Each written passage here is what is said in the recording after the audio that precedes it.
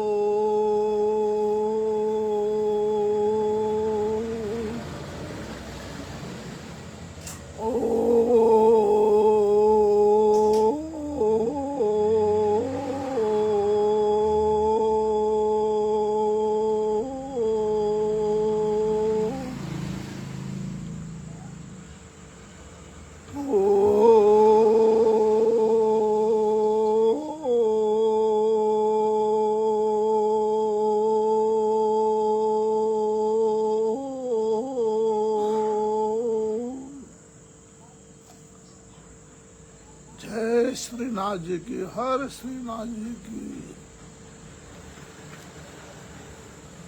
सज्जनों, भाइयों, श्रोतागणों, आप सबको नमस्कार।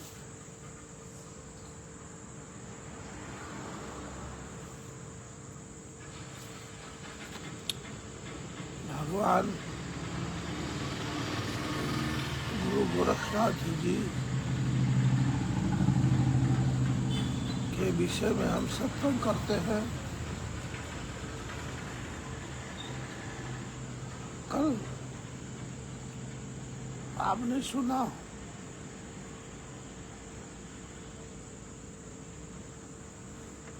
बस्ती ना शून्यम, शून्यम ना बस्ती, अगम अगोचर ऐसा गगन मंडल में बालक बोले ताका नाम भरोगे कैसा।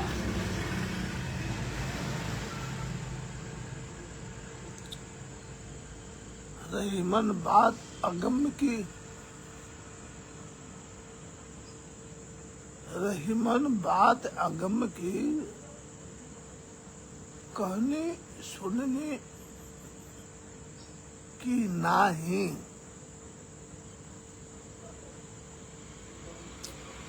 और जब खोजने वाला ही खो गया तो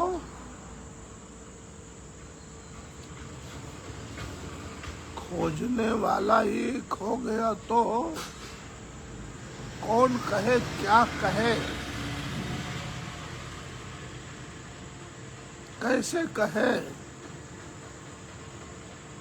सब शब्द बड़े छोटे हैं, बड़े ओछे हैं। तुम जीवन में भी अनुभव करते हो तो पाओगे। उठे सुबह, सुबह बगीचे में सूरज उगने लगा, वृक्ष जगने लगे, धरती की सौंधी सौंधी सुगंध उठने लगी। अभी अभी वर्षा हुई होगी। घास के पत्तों पर ओस की बूंदे मोतियों जैसी चमकने लगी।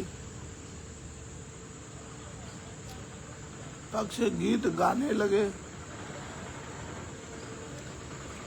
कोई मोर नचा रहा, कोई मोर नाचा, कोई कोयल कूकी, फूल खिले, कमलों ने अपनी पंखुड़ियां खोल दी।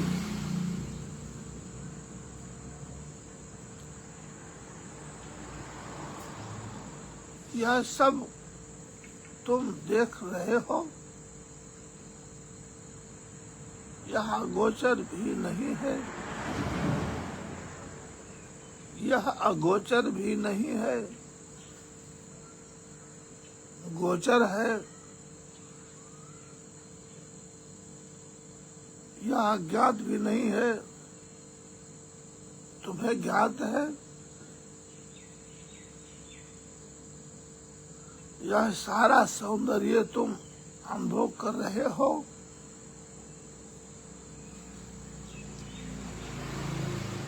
तुमसे कोई पूछे, कह डालो, एक शब्द में क्या कहोगे? इतना ही कहोगे, सुंदर था, बहुत सुंदर था। मगर यह भी कोई कहना है? इस बात बहुत सुंदर में ना हो सूरज की किरण है, ना माटी की सौंधी सुगंध है, ना कमल की खिलती हुई पंखुड़ियां है, ना पक्षियों के गीत है, ना सब नम के मोती है, ना सबनम के मोती है, ना वृक्षों की हरियाली है, ना मुक्त आकाश है।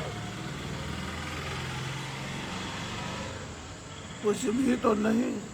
बहुत सुंदर में क्या है? कुछ भी तो नहीं। वर्णमाला के थोड़े से अक्षर है। ऐसे ही समझो जैसे दिया शब्द लिखकर और दीवार पर टांग दो, लटका दो, तो रात कोई प्रकाश थोड़े ही होगा, रात प्रकाश नहीं हो जाएगा। अंधेरी रात है,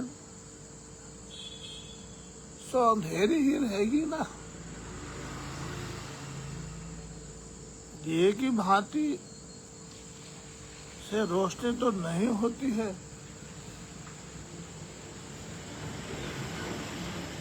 पिया को पिया से एक महिला ने कहा कि कल आपके द्वारा बनाई गई आपकी तस्वीर सेल पोर्ट मैंने एक मित्र के घर में देखा। इतना सुंदर, इतना प्यारा कि मैं अपने को रोक ना पाई। मैंने उसे चूम लिया।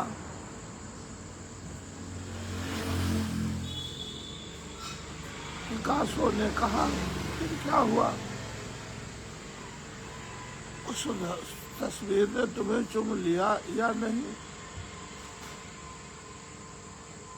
उस तस्वीर ने तुम्हें चुमा?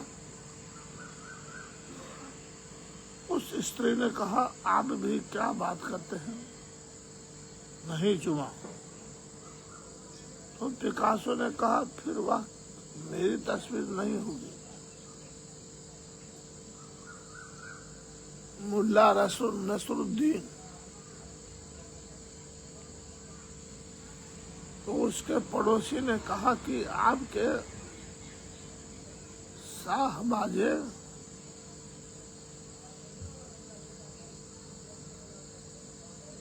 आपके शाह बजाते को संभालो, अब ऐसे लुच्चा है। फिर मेरी पत्नी को पत्थर मारा। मुल्ला ने पूछा, लगा? पत्थर मारा तो लगा? उसने कहा कि नहीं। तो उसने कहा, वे किसी और के शाह बजाने होंगे। मेरे शाहबाजे का निशाना तो लगता ही है, वे किसी और के होंगे, तुम गलती समझे। ऐसा ही पिकासो ने कहा कि फिर वह मेरी तस्वीर नहीं होगी, मैं तो नहीं था वह। चुम्बन का उत्तर ही न आया तो क्या खाक बात बनी। तो मैं कहा आना चाहिए, तस्वीरों से प्रत्युत्तर नहीं आते, इसलिए तस्वीर ही छोटी पड़ जाती है। हमारे गीत भी छोटे पड़ जाते हैं, हमारे शब्द भी, शास्त्र भी छोटे पड़ जाते हैं। इस जगत में जो हम जानते हैं वह भी नहीं कहा जा सकता। किसी माँ ने अपने बेटे को प्रेम किया, कैसे कहो, प्रेम शब्द से क्या है, वो भी दोहराता है। कहोगे मुझे अपने बेटे से बहुत प्रेम है, या अपनी पत्नी से बहुत प्रेम है, क्या मतलब? यहाँ तो लोग हैं जो कहते हैं आइसक्रीम से प्रेम है, कोई कहता है मुझे मेरी कार से बहुत प्रेम है। जहाँ आइसक्रीम और कारों से प्रेम चल रहा है, प्रेम का शब्द अर्थ क्या क्या रह गया? जब तुम कहते हो मुझे अपनी पत्नी से बहुत प्रेम है, तुम्हारी पत्नी हुई या आइसक्रीम, प्रेम का अर्थ कहाँ रहा, क्या रहा? हमारे शब्द छोटे हैं, उन्हें छोटे शब्दों का इस समय सब तरह से उपयोग करते हैं। सीमा है उनके जगत में, जो अनुभव में आता है वह भी उनमें नहीं समाता। तो वह जो परम अनुभव है, आत्यंतिक अनुभव है, जहाँ सब विचार शून्य हो जाते हैं, शांत हो जाते हैं, जहाँ व्यक्ति भाषा में पार निकल जाता है, जहाँ तर्क जाल पीछे छूट जाते हैं, जहाँ निर्विकार होता है, जिसमें जिसकी प्रतीति होती है उसे कह न सकोगे। जे जानाती ते कहती नहीं, रहीमन बात अगम की,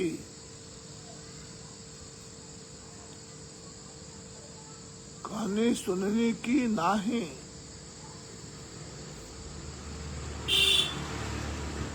इसलिए जिन्होंने जाना है, जिन्होंने भगवान परमात्मा जगत पिता को पहचाना है,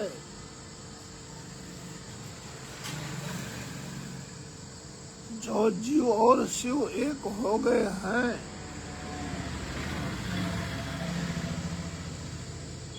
वे नहीं कह पाए। आज तक कोई भी नहीं कह पाया।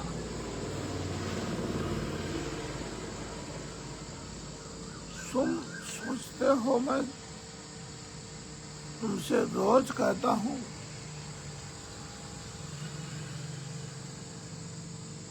कह पाता हूँ? नहीं। और सब कह लेता हूँ, मगर वह अगम्य ही रह जाता है। सज्जनों, भाइयों, बहनों, श्रोतागणों, ये बड़ी गूढ़ बात है।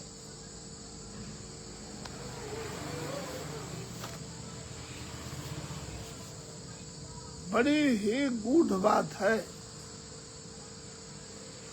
जैसे कि राम राम सब कहे, ठग ठाकुर अनिचोर,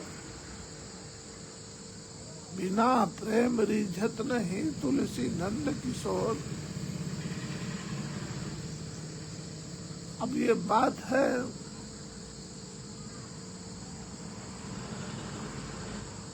प्राप्ति की। जब तक हमको प्राप्ति होती नहीं है, मिलने की आशा, दर्शन की आशा बनी रहती है। प्राप्त हो गया, पा लिया, ना वो जवाब क्या देगा? पा लिया फिर क्या जवाब देगा?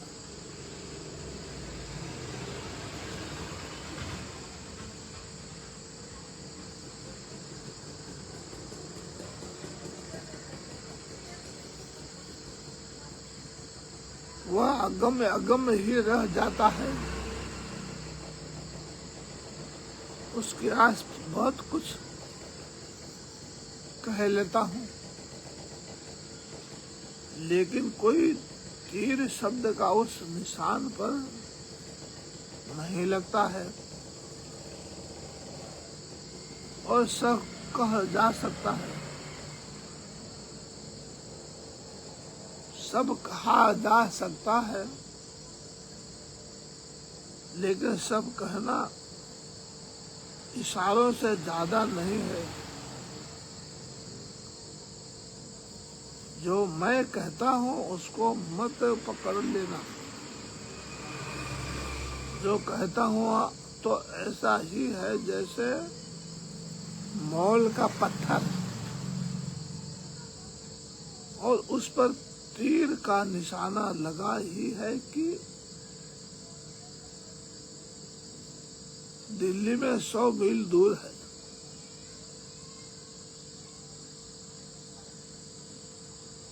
उसी को पकड़कर मत बैठ जाना कि आ गया दिल्ली, हम दिल्ली आ गए।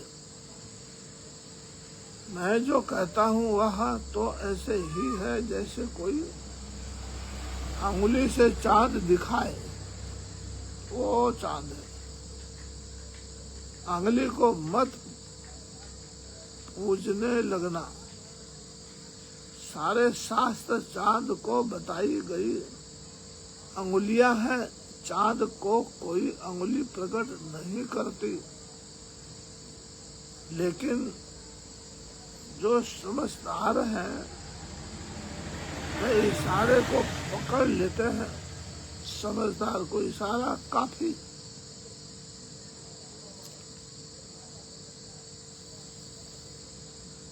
भगवान बुद्ध के पास एक आदमी आया। उसने कहा, जो नहीं कहा जा सकता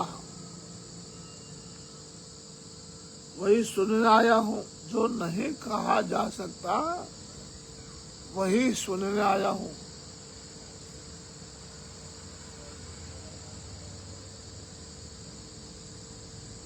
भगवान बुद्ध ने आंखें बंद कर ली। बुद्ध को आंखें बंद किए देख वह आदमी भी आंख बंद करके बैठ गया।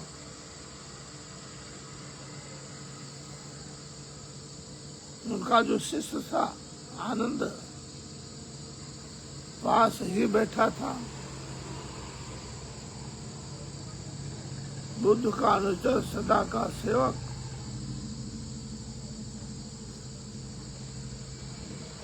सजग हो गया कि मामला क्या है। जबकि खा रहा हो, बैठा बैठा करेगा क्या?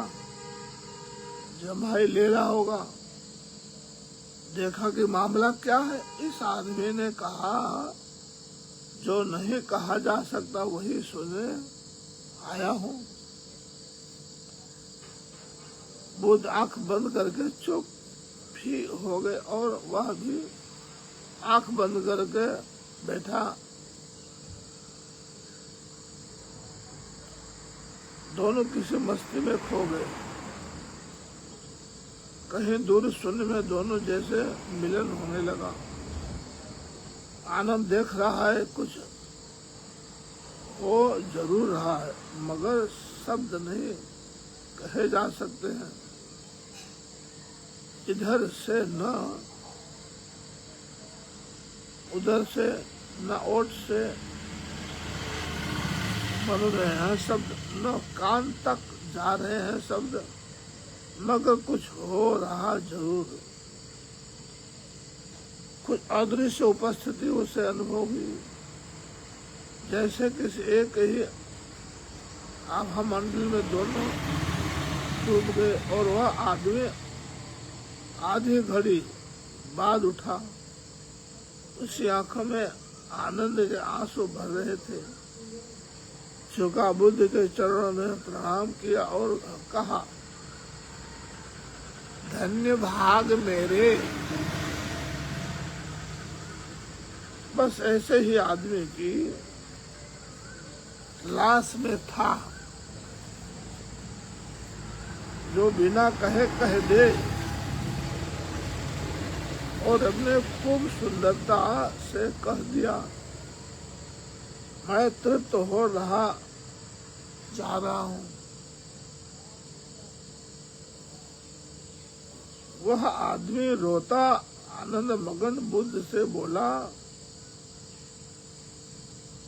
विदा ले रहा हूँ आपसे मैं। उसके विदा होते ही आनंद ने पूछा कि मामला क्या है। वह क्या, ना आप कुछ बोले ना उसने कुछ सुना, और सब वह जाने लगा और उसके आपके पैर छुए तो आपने इतनी गहनता से उसे आशीष दिया।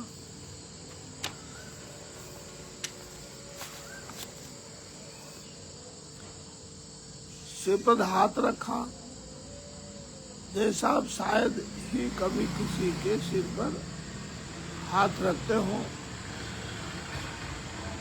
बात क्या है, इसकी गुणवत्ता क्या है।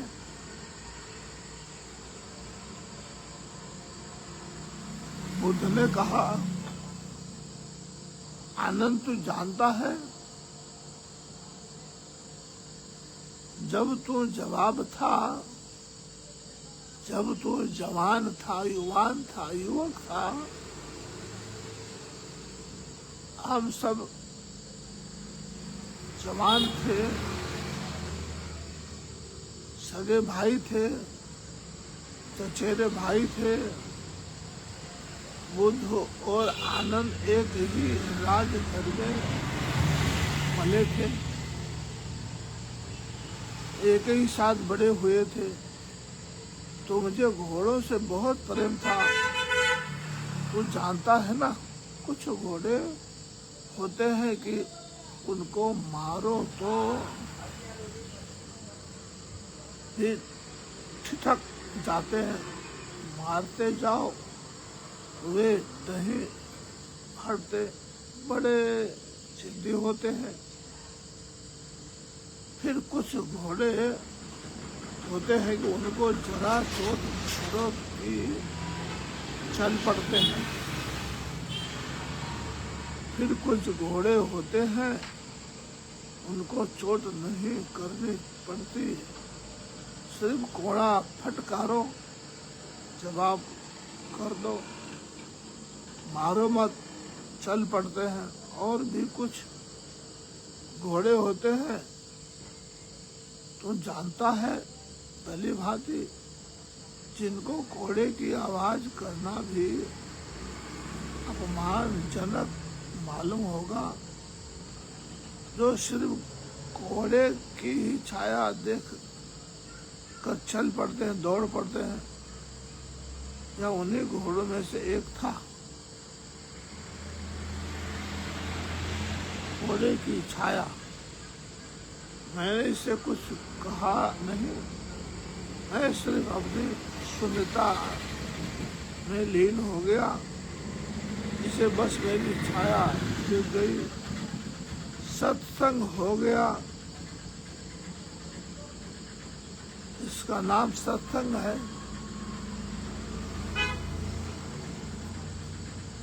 अर्थात जो वो आदमी चाहता था उसको प्राप्त हो गया।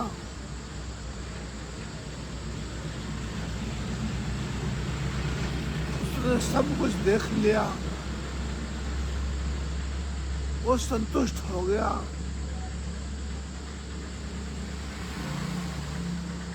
जो इसकी इच्छा थी वो पूरी हुई, इसलिए वो चला गया।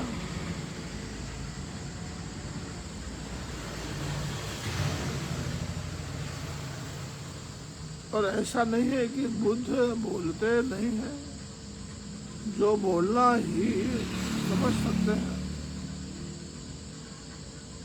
उनसे बोलते हैं, जो धीरे धीरे ना बोलने को समझने लगते हैं उनसे नहीं भी बोलते हैं। बोलना नहीं, बोलने की तैयारी है। सत्संग के दो रूप हैं, सज्जनों, भाइयों, श्रोतागणों। ये जो आप सुन रहे हैं ये सारी बातें जीव और शिव की बात है।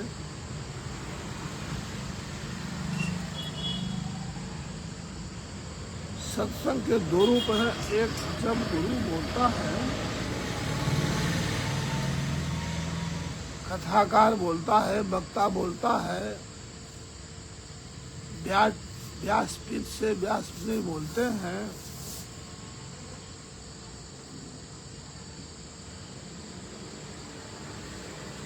क्योंकि अभी तुम बोलना ही समझ सकोगे।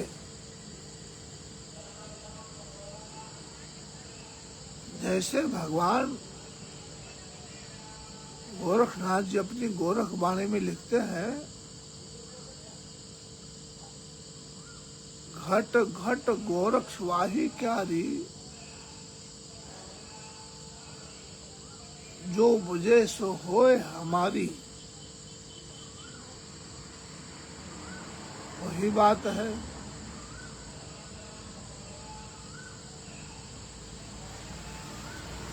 समझने वालों के लिए इशारा काफी है।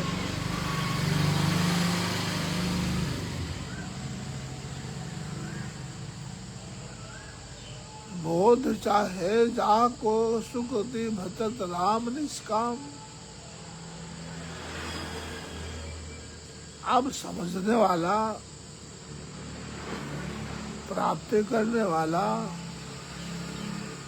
इच्छुक है, भिक्षुक है, जानने की प्राप्ति की आकांक्षा है। अब उसको पता चलेगा कि सो है मेरी आत्मा, काको करो प्रणाम। अब वो वही है जिसको मैं खोज रहा था, जिसके प्राति में पागल हो रहा था, यत तत्र सर्वत्र भटकता था।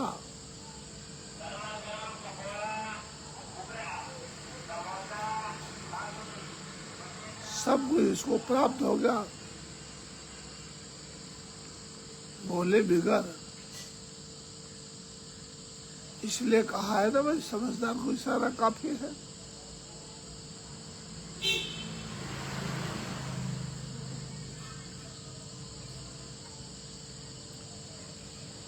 बोलना भी समझ जाओ तो बहुत। फिर दूसरी घड़ी आती है, परम घड़ी, जब बोलने का कोई सवाल ही नहीं रह जाता। शून्यम न बस्ती बस्ती न शून्यम, अगम अगोचर ऐसा गगन मही बालक बोले, गगन मंडलवा बालक बोले, ताका नाम धरोगे कैसा।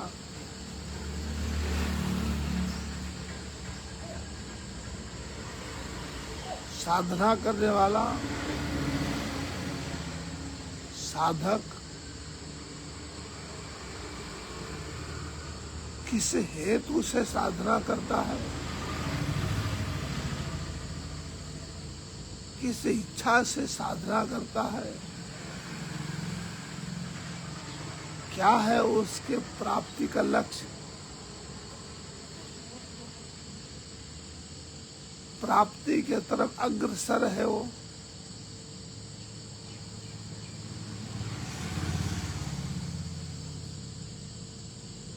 जब गुरु बैठता है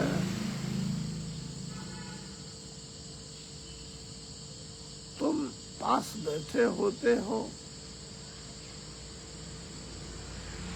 इस घड़ी को पुराने दिनों में उपनिषद कहते हैं सज्जनों।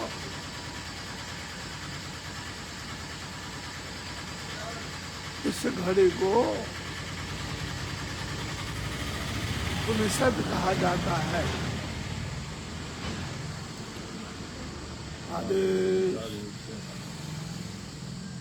जब गुरु के पास बैठना, इसी पास बैठने में हमारे उपनिषद पैदा हुए हैं।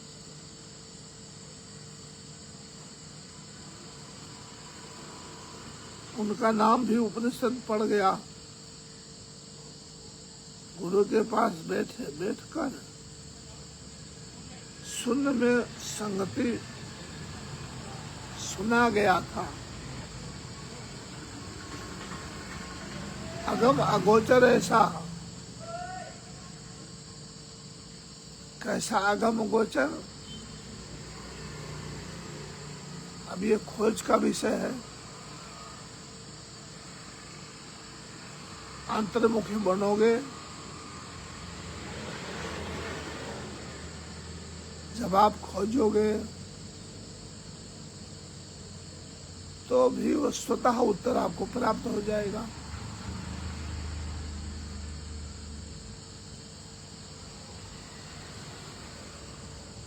उसको ही संग्रहित किया गया है,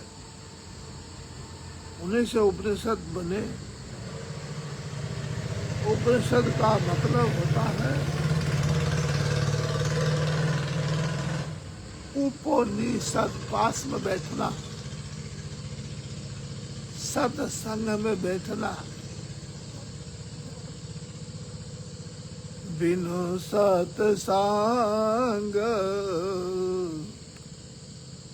विवेक न होई,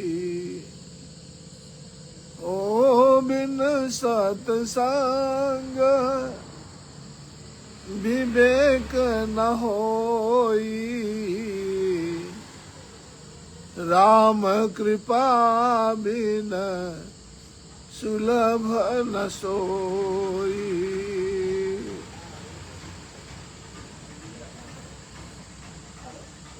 कृपा की प्राप्ति तो हो ही जाएगी,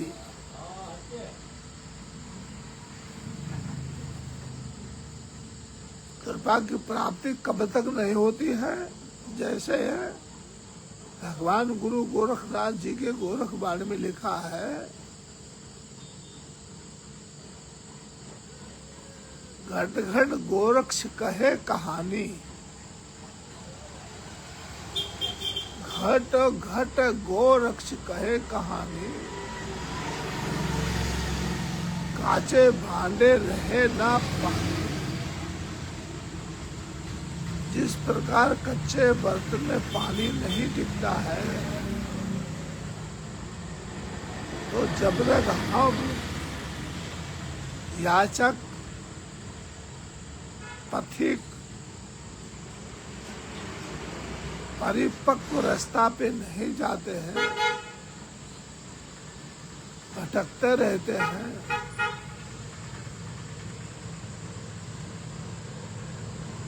हमारी खोज में कमियां ही कमियां हैं।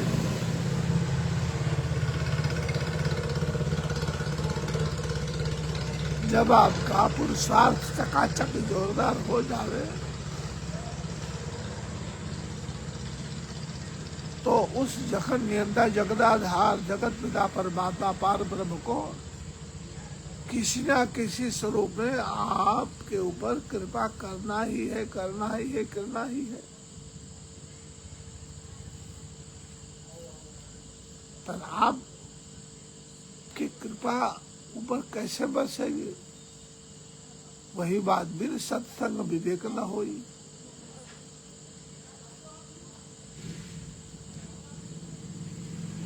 नहीं जो जाना देते कहती नहीं। जैसे सज्जनों, हमारे गांव के बाहर कुआं है।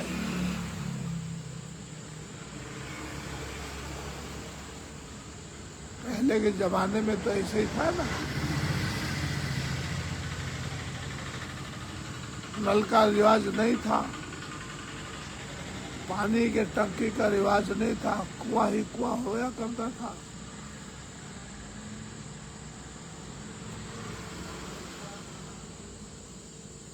वो कुआं धरती में होता था और एक कुआं मनुष्य के मस्तिष्क में भी है। धरती में सीधा कुआं है और मनुष्य के खोपड़ी में अर्थात आकाश, ये आकाश है, तो यहाँ ऊंधा कुआं है। अब ये बड़ा निश्चित आश्चर्य की बातें हैं सब। भगवान गुरु गोरखनाथ जी का ये सारा समझना बहुत प्रयासों के बाद समझ में आएगा, बहुत प्रयासों के बाद। अटपटी भाषा है।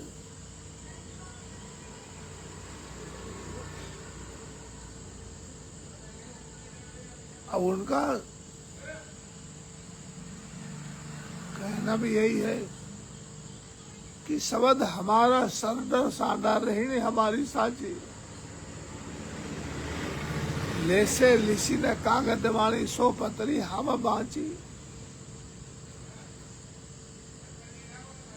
अब किताबों में नहीं मिलेगा, पुस्तकों में नहीं मिलेगा।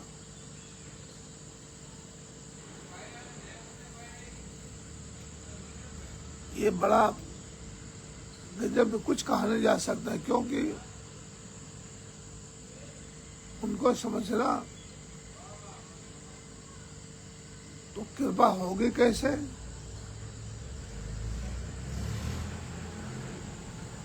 जब तक हम उसके पात्रता प्राप्ति के नहीं बनेंगे तब तक कहाँ से कृपा होगी?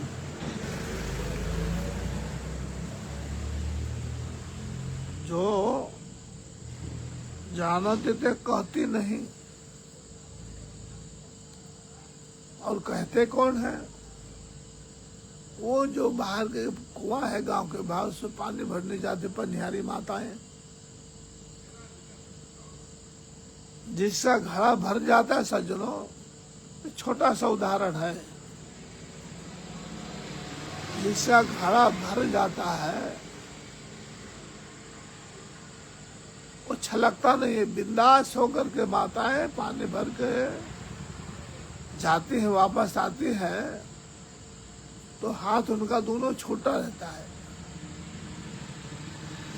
और जो घड़ा अधूरा वही छलकता है।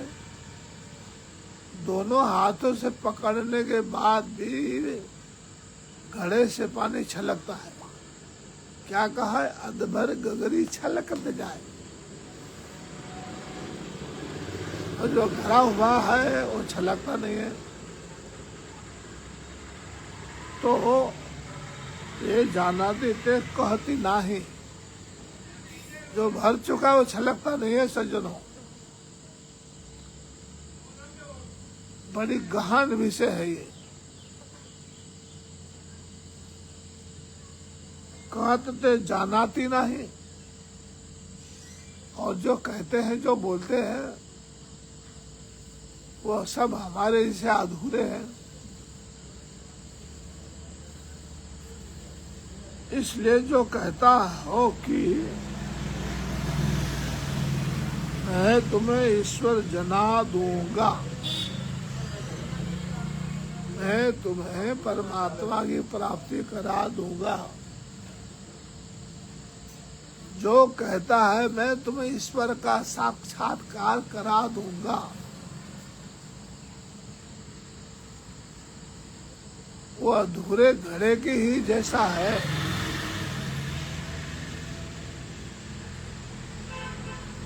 जब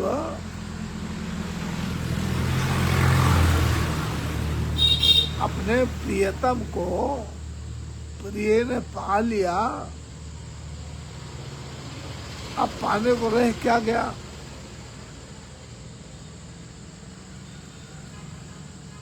जैसे मैया राधा जी का उदाहरण आता है,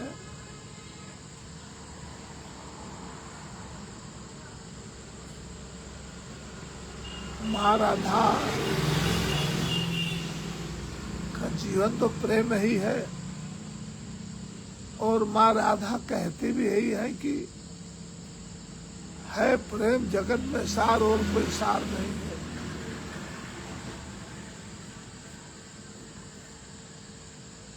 तो जब वो प्रिय प्रियतम से मिल गया, अब रह क्या गया खोजने का, अब पाने का रह क्या गया, कुछ नहीं रहा।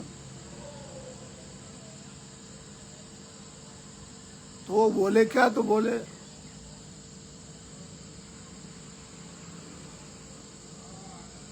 जानाती नहीं। सब कहते हैं, बोलते वो अधूरिया है, जिसको पता नहीं है। जे जानाती ते कहती नहीं, जो पूर्ण अवस्था में परिपूर्ण हो गए परमात्मा की दया से, वो बोलते नहीं है।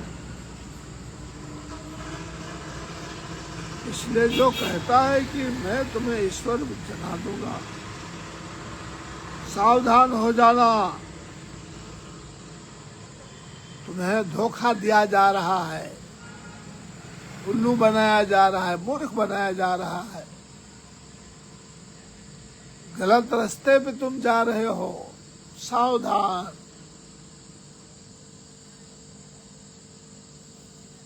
तुम्हें शब्द पकड़ा दिया जाएगी। जो कहता हो कि मैंने जान लिया है, उसे उसका दावा घातक सिद्ध होगा।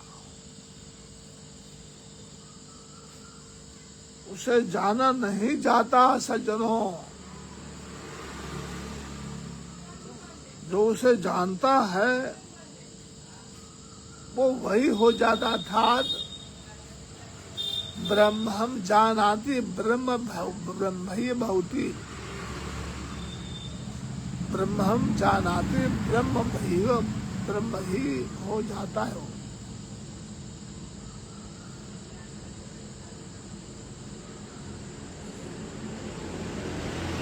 वहाँ ज्ञान ज्ञाता और ज्ञ ऐसे खंड नहीं होते। वहाँ ज्ञाता ज्ञ में लीन हो जाता है। जैसे द्वारिकाधीश की मूर्ति में द्वारके माता श्री मीरा जी भगवान में लीन हो गई थी। अब ये कहने की बात कह लेते हैं, बोलने की बात बोल लेते हैं। जो ये बात चल रही है उसमें वहां तक पहुंचना बड़ा भारी त्याग करना पड़ेगा आपको।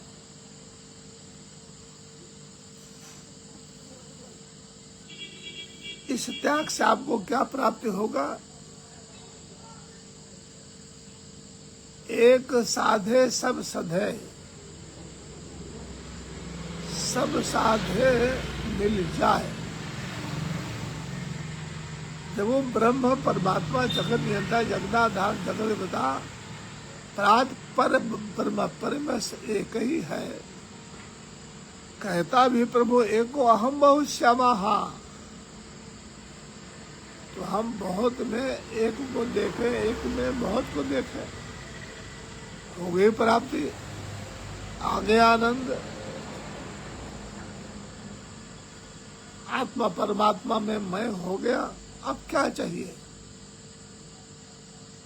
पर जो आपकी जिज्ञासुएं हैं, जो आपकी इच्छाएं हैं, वेदांत का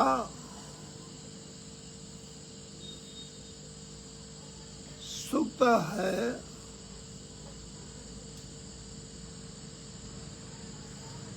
मात्र 3 अक्षर का है।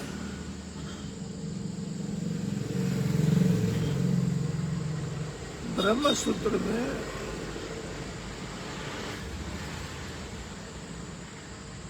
लिखा है,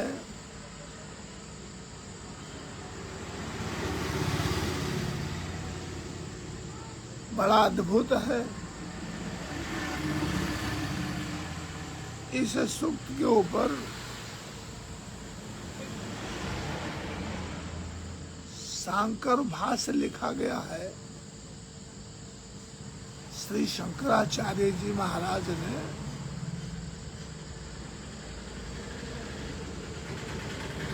इन सूक्त पर इतना बड़ा भाष्य 15 पन्ने का बनाया।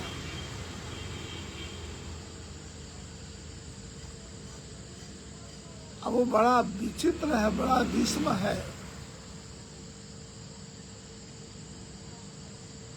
जो कुछ हम जानते हैं, हम योगी हैं, साधक हैं,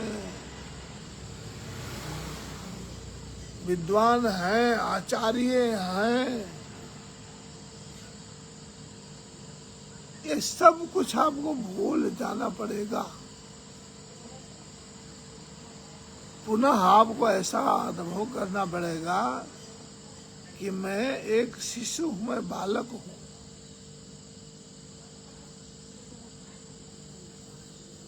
तभी आपका जो ज्ञान है, वैराग्य, भक्ति तभी सफल हो सकती है। अब ये तो भवानी माँ की कृपा, या देवी सर्वभूतेषु दया रूपेण संस्थिता, नमस्तस्यै नमस्तस्यै नमस्तस्यै नमो नमः। उस महामाया परमेश्वरी, ईश्वरी, जगदीश्वरी जब तक कृपा नहीं होगी, तब तक हमारे लिए ब्रह्म ज्ञान, ब्रह्म प्राप्ति बहुत दूर की बात है। सज्जनों, आज बस इतना ही। आप सब प्रभु का सतत चिंतन करेंगे, चिंतन करते रहेंगे। चिंता छोड़ दीजिए। जब नाथ का नाम दयानिधि है तो दया भी करेंगे कभी न कभी। बोलो जय श्रीनाथ जी की आदेश।